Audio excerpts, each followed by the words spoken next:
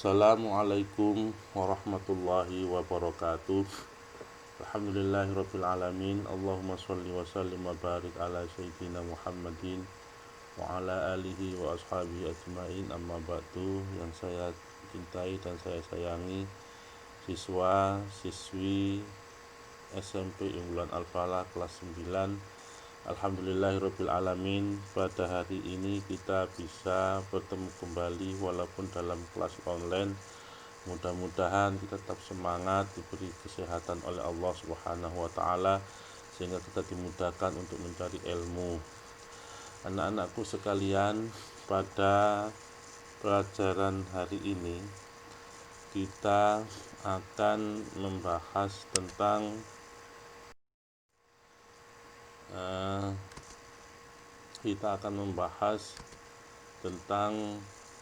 pembukaan Undang-Undang Dasar Negara Republik Indonesia tahun 1945, bab kedua, bagian yang ketujuh, pertemuan yang ketujuh. Dan dari bab kedua ini kita adalah pertemuan yang pertama.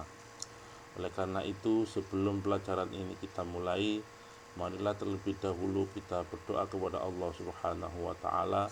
Mudah-mudahan kita diberi ilmu yang bermanfaat, diberikan ilmu yang bermanfaat dan dimudahkan dalam segala urusan kita. Ala hadini wa kullu niyati sholih lahum bi barakatil Fatihah. A'udzu billahi minasyaitonir rajim. Bismillahirrahmanirrahim. Alhamdulillahirabbil alamin arrahmanir rahim maliki yaumiddin iyyaka na'budu wa iyyaka nasta'in ihdinas siratal mustaqim siratal ladzina an'amta 'alaihim ghairil maghdubi 'alaihim waladdallin amin.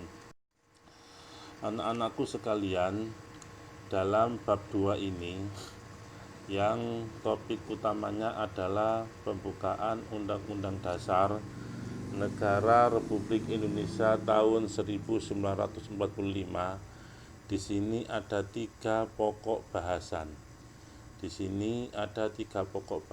Dalam bab 2 ini, yaitu satu, bahasan yang pertama adalah makna alinea pembukaan Undang-Undang Dasar Negara Republik Indonesia tahun 1945. Pokok bahasan yang kedua dalam bab 2 ini adalah pokok pikiran pembukaan Undang-Undang Dasar Negara Republik Indonesia tahun 1945. Pokok bahasan yang ketiga adalah sikap positif terhadap pokok-pokok pikiran dalam pembukaan Undang-Undang Dasar Negara Republik Indonesia tahun 1945. Oleh karena itu, kita akan mulai belajar. Kita bahas dari sub pertama sampai sub ketiga, tentunya secara online dan berkesinambungan. Oleh karena itu, kita ikuti pokok bahasan yang pertama dalam alinea yang pertama. Karena anak-anakku, pembukaan Undang-Undang Dasar 1945 ini mempunyai 4 alinea. Saya ulangi lagi, pembukaan Undang-Undang Dasar Negara Republik Indonesia tahun 1945 mempunyai 4 alinea. Ya, alinea yang pertama yang saya bacakan secara singkat, yaitu alinea pertama bahwa sesungguhnya kemerdekaan itu ialah hak segala bangsa, dan oleh sebab itu maka penjajahan di atas dunia harus dihapuskan. Ini bunyi alinea yang pertama. Kemudian bunyi alinea yang kedua adalah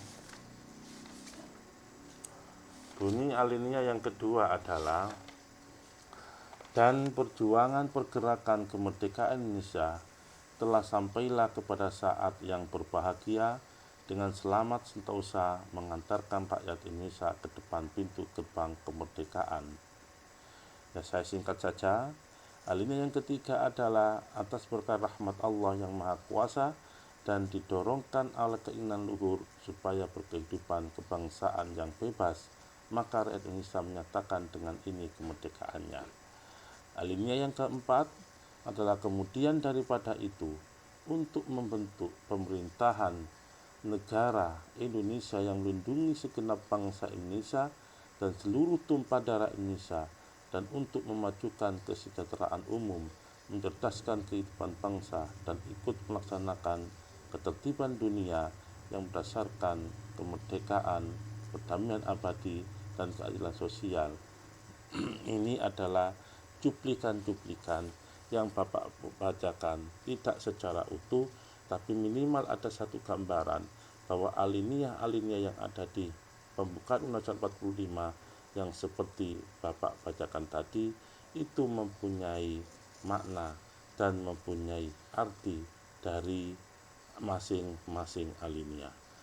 Alinea yang pertama kali ini yaitu dalam alinea pertama ini mengandung dua dalil, yaitu dalil objektif dan dalil subjektif.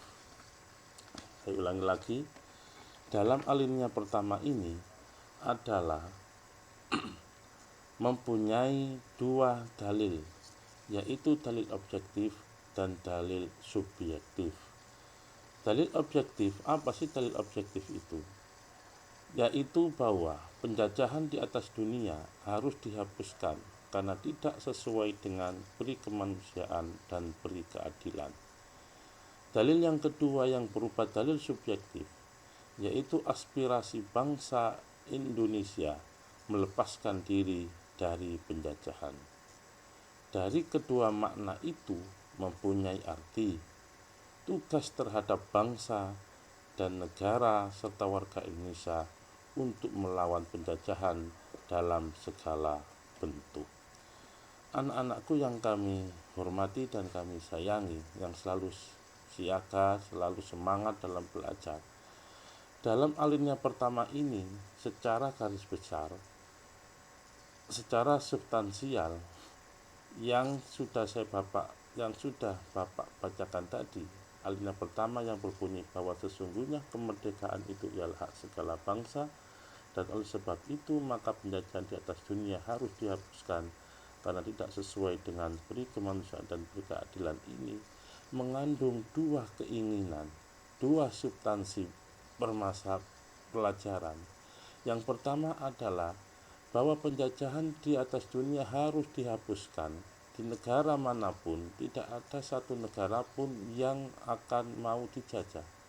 Oleh karena itu, karena apa? Karena penjajahan tidak sesuai dengan peri kemanusiaan dan peri keadilan. Penjajahan akan melahirkan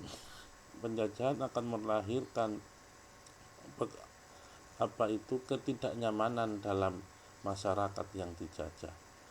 Penjajahan akan melahirkan satu perbudakan yang ada di negara yang dijajah itu. Oleh karena itu, maka semua bangsa di Indonesia termasuk Indonesia tidak mau terhadap penjajahan, tidak mau dijajah lagi. Itu dalil yang objektif.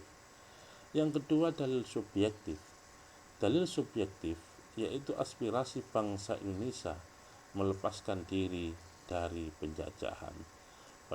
Karena penjajahan itu merupakan ketidaknyamanan dalam kehidupan mereka, ada penyiksaan, ada pekerjaan-pekerjaan yang tidak digaji, kemudian ada perbudakan, maka secara otomatis bangsa Indonesia, rakyat Indonesia tidak mau dijajah.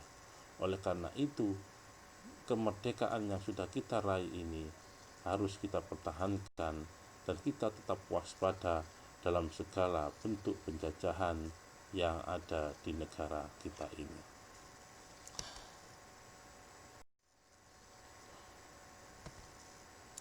Selanjutnya anak-anakku, makna alinea pembukaan Undang-Undang Dasar Negara Republik Indonesia tahun 1945, makna alinea yang kedua. Makna alinea yang kedua ini Makna alinea yang kedua ini menunjukkan ketepatan dan ketajaman penilaian bangsa Indonesia bahwa perjuangan bangsa Indonesia telah mencapai tingkat yang menentukan. Yang kedua, makna alinea yang kedua adalah momentum yang telah dicapai harus dimanfaatkan untuk menyatakan kemerdekaan. Yang ketiga, dari makna alinea yang kedua adalah kemerdekaan harus diisi dengan mewujudkan negara Indonesia yang merdeka, bersatu, adil, dan makmur. Dalam alinea ini menjelaskan kemerdekaan sebagai cita-cita bangsa Indonesia yang merupakan hasil perjuangan para pendahulu bangsa ini. Kemerdekaan ini bukan tujuan akhir dari bangsa ini. Kemerdekaan harus mampu mengantarkan cita-cita nasional, yaitu terciptanya negara yang merdeka, berdaulat, bersatu, adil, dan makmur. Anak-anakku sekalian, dalam alinea ini bahwa menerangkan bahwa kemerdekaan yang sudah diraih oleh bangsa Indonesia yang menjadikan cita-cita bangsa Indonesia untuk menjadi merdeka sudah dikabulkan dan menjadi negara yang merdeka. Maka kemerdekaan yang sudah diraih oleh bangsa Indonesia ini bukan merupakan satu-satunya tujuan akhir dengan kemerdekaan, tetapi yang lebih berat lagi, bagaimana kita sebagai rakyat Indonesia, kita sebagai bangsa Indonesia untuk mampu mengantarkan dan mencapai tujuan suatu negara dan menjadikan negara yang merdeka, berdaulat, bersatu, adil, dan makmur. Itulah tujuan dan cita-cita bangsa yang harus kita jaga dan kita perjuangkan bersama-sama dalam negara yang sudah merdeka ini. Selanjutnya anak-anakku, makna alinea pembukaan Undang-Undang Negara Republik Indonesia tahun 1945. Alinea yang ketiga. Dalam alinea yang ketiga ini menjelaskan bahwa kemerdekaan yang dicapai bangsa Indonesia adalah rahmat dan anugerah Tuhan yang Maha Kuasa. Sehingga ada dua hal yang harus kita ketahui. Satu, kemerdekaan bangsa Indonesia didorong oleh motivasi spiritual, yaitu kemerdekaan yang dicapai oleh bangsa Indonesia ini merupakan berkat rahmat Allah yang Maha Kuasa. Yang kedua, kemerdekaan bangsa Indonesia memuat motivasi real dan material, yaitu keinginan luhur bangsa Indonesia supaya berkehidupan bebas dari penindasan dan bebas menentukan nasibnya sendiri. Anak-anakku, dalam alinea ketiga ini, bahwa kemerdekaan kita yang diraih oleh bangsa Indonesia tidak semata-mata karena perjuangan bangsa Indonesia secara zahir, secara pekerjaan, tetapi ada motivasi, ada sesuatu yang bisa menjadikan kita menjadi merdeka, yaitu ada campur tangan dari Allah Subhanahu wa Ta'ala sebagai Tuhan yang Maha Kuasa. Artinya apa? Suatu pekerjaan akan bisa berhasil kalau mendapatkan ridho dari Allah Subhanahu wa Ta'ala. Maka keselarasan dua ini, antara perbuatan, antara pekerjaan, antara usaha yang kita lakukan, jangan lupa kita menggantungkan pekerjaan yang kita lakukan, usaha yang kita lakukan, menggantungkan kepada Allah Subhanahu wa Ta'ala. Maka dalam Undang-Undang Dasar 1945 ini, kemerdekaan yang dicapai oleh bangsa Indonesia bukan semata-mata karena usaha dan perjuangan bangsa Indonesia secara mandiri, tetapi semuanya itu berkat rahmat Allah. Ada campur tangan Allah, ada rahmat Allah Subhanahu wa Ta'ala yang Maha Kuasa yang membutakan segala urusan dan menjadikan sebagai bangsa yang merdeka. Alinea keempat, anak-anakku, dari makna alinea pembukaan Undang-Undang Dasar 45 tahun 1945, alinea keempat ini mengandung makna prinsip-prinsip negara Indonesia yang meliputi: satu, prinsip pertama yaitu tujuan negara yang akan diwujudkan oleh pemerintah. Jadi dalam alinea keempat ini, Indonesia merdeka itu memuat prinsip-prinsip negara. Apa saja prinsip negara? Yang pertama adalah negara diwujudkan oleh pemerintah. Tujuan negara yang akan diwujudkan oleh pemerintah. Apa saja sih tujuan negara ini didirikan? Kalau sudah merdeka, apa sih yang harus dilakukan oleh pemerintah dan bangsa Indonesia untuk mewujudkan cita-cita bangsa? Yang pertama, dalam Undang-Undang Dasar 45 itu disebutkan bahwa tujuan bangsa Indonesia adalah: satu, melindungi segenap bangsa Indonesia dan tumpah darah Indonesia; dua, memajukan kesejahteraan umum; tiga, mencerdaskan kehidupan bangsa; dan yang keempat, melaksanakan ketertiban dunia yang berdasarkan kemerdekaan, perdamaian abadi, dan keadilan sosial. Inilah, anak-anakku, 4 tujuan yang akan dicapai oleh bangsa Indonesia, yang akan diwujudkan oleh pemerintah dan bangsa Indonesia, yaitu: satu, tujuan negara ini adalah melindungi segenap bangsa Indonesia dan tumpah darah Indonesia. Artinya, pemerintah wajib melindungi rakyatnya dimanapun dia berada, harus dilindungi.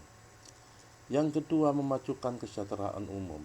Peran pemerintah bertugas untuk memajukan kesejahteraan umum.